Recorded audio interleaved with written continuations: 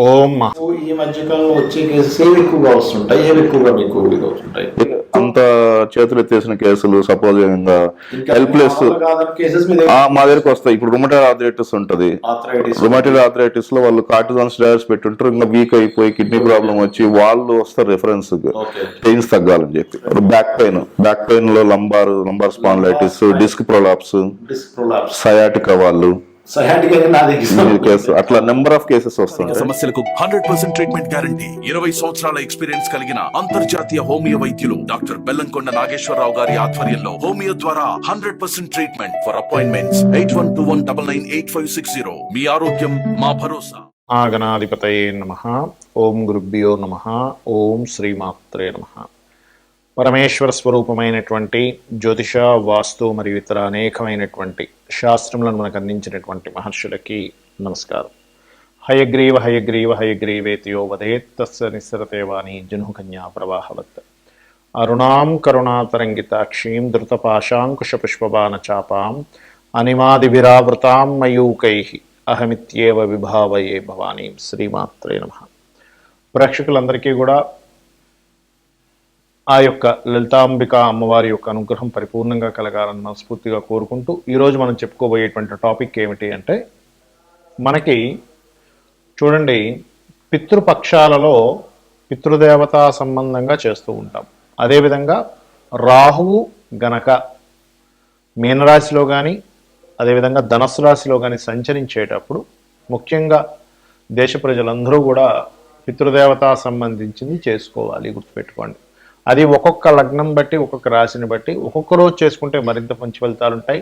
నాకు లగ్నము రాశి తెలియదు అనుకునేటువంటి వారు ఏం చేసుకోవాలి, అసలు ఏ ఏ విధాలుగా చేసుకోవాలి, ఏ ఏ రాశి వారు ఏం చేసుకోవాలి అనేది మనం ఒక్కొక్క రాశి పరంగా, రాశి తెలిస్తే రాశి, లగ్నం తెలిస్తే లగ్నం పరంగా ఏ రోజు ఎటువంటిది దానం ఇస్తే మంచిది, ఎటువంటి ప్రక్రియ చేసుకుంటే మంచిది అనేది మనం ఇప్పుడు తెలుసుకుందాం. మిథున లగ్నము, మిథున రాశి. మిథునం వారి కనుక చూసుకున్నట్లయితే మీరు ఈ రాహుకేతువులు, ముఖ్యంగా రాహు వృషభం మనకి మీనంలో ఉన్నాడు కాబట్టి పితృదేవత సంబంధించిన ఎక్కువగా చేసుకోవాలని చెప్పి చెప్తూ ఉన్నాను. కాబట్టి ఈ సమయంలో ప్రత్యేకంగా మీరు చేయవలసింది ఏమిటి అంటే, పితృదేవతల కోసం గోధుమలు మరియు ఆదివారాలు పాటించడము, గోధుమలు దానంగా ఇవ్వడము పితృదేవతా ప్రీతి అర్థమని, ఆదివారాలు శ్రీతైల మధుమాంసాన్ని త్వచతే అనేటువంటిది, అంటే స్త్రీని కలవకపోవడము, మధువు మాంసము తైలము రాసుకోకపోవడము, మధుమాంసం మానేయడము చేయాలి, ముఖ్యంగా మిథునం వారు. అలాగే మరొక విషయం ఏంటంటే, అంటే ఎందుకంటే పితృదేవత అనుగ్రహం రాకుండా ఉండడానికి ఇది అడ్డుపడుతూ ఉంటుంది. మనకు శాస్త్రాల్లో దేవతా అనుగ్రహం ఎంత ముఖ్యమో పితృదేవతా అనుగ్రహం కూడా అంతే ముఖ్యం అని చెప్పి చెప్పడం జరిగింది. మరియు దీంతో పాటు మరొక విషయం ఏంటంటే, ఇక్కడ ఇది ఏదైతే ఈ కాంబినేషన్ ఉందో, ఇప్పుడున్న ప్రస్తుత పరిస్థితుల్లో ఉండేటువంటి కాంబినేషన్ ఏదైతే ఉందో, ఈ సంవత్సరంన్నర పాటు ఈ గోధుమలు ఇవ్వడం ద్వారా మీకు దేని నుంచి రిలీఫ్ లభిస్తుంది అంటే, అధికారం నుంచి ఒత్తిడి, ఆరోగ్య సమస్యలు తగ్గడము, తండ్రి గారితో ఏదైనా చిన్న డిస్ప్యూట్స్ ఉన్నా, లేదా పై అధికారులతో ఏదైనా డిస్ప్యూట్స్ ఉన్నా, గవర్నమెంట్ నుంచి ఏదైనా డిస్ప్యూట్స్ ఉన్నా, ఇవన్నీ కూడా క్లియర్ అవ్వడం అనేటువంటిది జరుగుతుంది, గుర్తుపెట్టుకోండి. అలాగే మరొక విషయం ఏంటంటే, ఇక్కడ చూసుకున్నట్లయితే ఇక్కడ ప్రధానంగా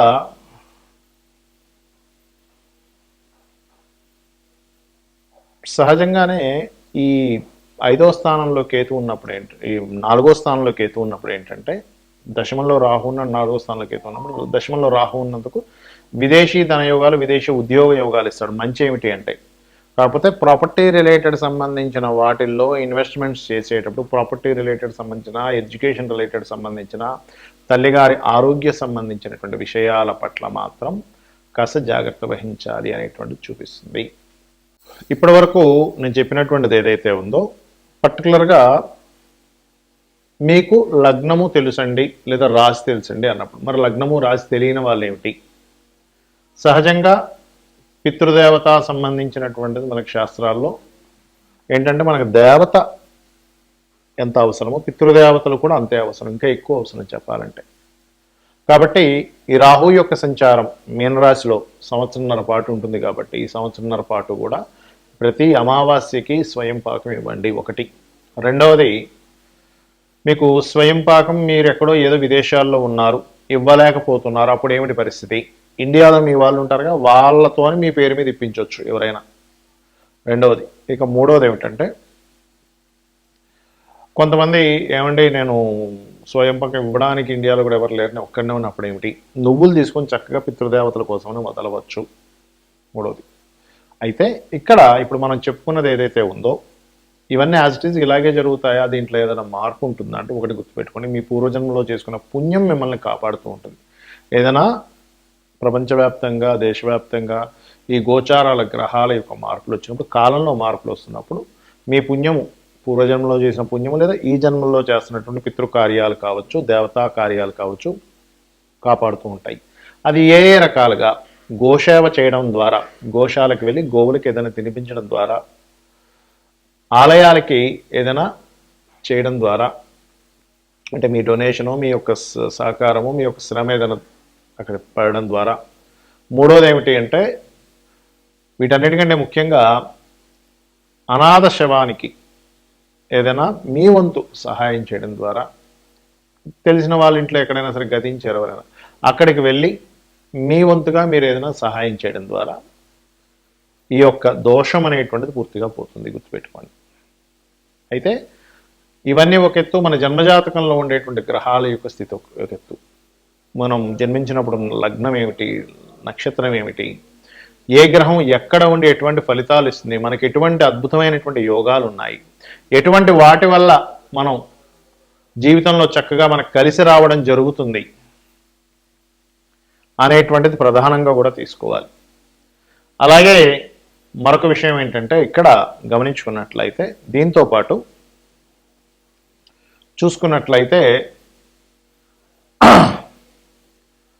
ఈ కాంబినేషన్ ఏదైతే ఉందో, ఇప్పుడు ఉన్నటువంటి రాహువు కేతువు, రాహువు మీనంలోని కేతువు కన్యలో ఉన్నందుకు, ఈ కన్యలో ఉన్న కేతువు వల్ల అది భూతత్వ రాశి అవుతుంది. కాబట్టి ఎవరైనా సరే ఏదైనా ఇన్వెస్ట్మెంట్స్, భూముల మీద ప్రత్యేకంగా ఇన్వెస్ట్మెంట్ చేసేటప్పుడు 1 సంవత్సరంన్నర వరకు ఈ ల్యాండ్ విషయంలో ఎటువంటి ఎక్స్పెక్టేషన్స్ పెట్టుకోకండి. ఎక్కడైనా కొంచెం తగ్గుతుందేమో అనుకునేటువంటి ప్రదేశాల్లో కొంచెం చూసి ఇన్వెస్ట్మెంట్ చేయండి. కేతు, బికాజ్ ఆఫ్ కేతువు ధనస్సులో ఉన్నాడు, రాహు మీనంలో ఉంటే కేతు ధనస్సులో ఉన్నాడు. మరి ఈ కాంబినేషన్కి ఎటువంటి పరిహారాలు చేసుకోవాలి, నిత్య జీవితంలో మనం ఎటువంటి పరిహారాలు చేసుకుంటే మన జీవితం ఆనందమయంగా వెళ్తుంది? ఎందుకంటే ప్రతి ఒక్కరికి కావాల్సింది ఇది. అంటే మనకి శాస్త్రాల్లో చెప్పినటువంటిది కలౌ చండీ వినాయక అంటారు. అంటే గణపతిని, చండిని ఈ కలియుగంలో వారిని ఎంత మనం చేసుకుంటే అంత ఉపయోగం ఉంటుంది. ఉదయాన్ని నిద్రలేచిన వెంటనే గణపతిని తలుచుకోండి, కాసేపు అమ్మవారిని, కాసేపు స్కందుడిని తలుచుకొని నిద్ర లేవండి. దాంతోపాటు ఈ సంవత్సరంన్నర పాటు, అంటే యాక్చువల్గా అయితే ఎప్పుడూ కూడా మనం పితృదేవతలు కూడా చేస్తూ ఉండాలి. సంవత్సరంన్నర పాటు ఖచ్చితంగా మీరు చేయవలసింది ఏమిటి అంటే, ఒక్కసారి 5 నిమిషాలు 10 నిమిషాలు ఓం పితృదేవత ఏ నమః అనుకోండి చాలు. వారి పేరు మీద ఏదైనా దానం చేయడం, పేదవాళ్ళకి ఇచ్చినా సరే పర్వాలేదు, గుర్తుపెట్టుకోండి. రోడ్డు మీద పాపం తిండి లేని వాళ్ళు ఉంటారు, ఇబ్బంది పడుతున్న వాళ్ళు ఉంటారు, వారికి ఇవ్వండి పర్వాలేదు. ఒక బట్టో, ఒక అన్నం ప్యాకెట్టో, ఒక నీళ్ళ బాటిలో, లేదా ఒక పాల ప్యాకెట్టో ఏదైనా ఇవ్వండి. ఇస్తే అది పుణ్యంగా మారి మీ యొక్క పితృదేవతలకి, పితృలకు అందుతుంది. ఇలా చేయండి. ఖచ్చితంగా ఏంటంటే మనకి వేదం చెప్తుంది ఒకటే, పరోపకారం పుణ్యం, పరపీడనం పాపం. ఇంకొకరిని ఇబ్బంది పెట్టావా అది పాపము, ఒకరికి నువ్వు గనక ఏదైనా ఇచ్చావా అది పుణ్యంగా మారుతుంది, ఒకరిని నువ్వు సహకరిస్తే గనక అనేటువంటిది వేదం చెప్తున్నటువంటి అంశము. కాబట్టి ఇవి మీరు పాటిస్తూ మీ యొక్క జీవితాన్ని రాహుకేతువులు బారిన పడకుండా, మాయాకారకుడు, కాలపురుషుడు అంటూ ఉంటారు. అంటే వాళ్ళేమీ శత్రువులను కాదు, ఆ యొక్క ఈశ్వరుడు రచించినటువంటి ఆ యొక్క చక్రం ఏదైతే ఉందో ఆ చక్రంలో వాటి డ్యూటీలు అవి చేస్తున్నాయి. కాబట్టి మనం వంతుగా మనం ఏం చేసుకోవాలనేటువంటిది ఇప్పుడు మనం చెప్పుకున్నాము. సో ఇవన్నీ మీరు పాటించి ఆ లలితాంబిక అమ్మవారి యొక్క అనుగ్రహం పరిపూర్ణంగా పొందుతారని కోరుకుంటూ శ్రీమాత్రే నమః.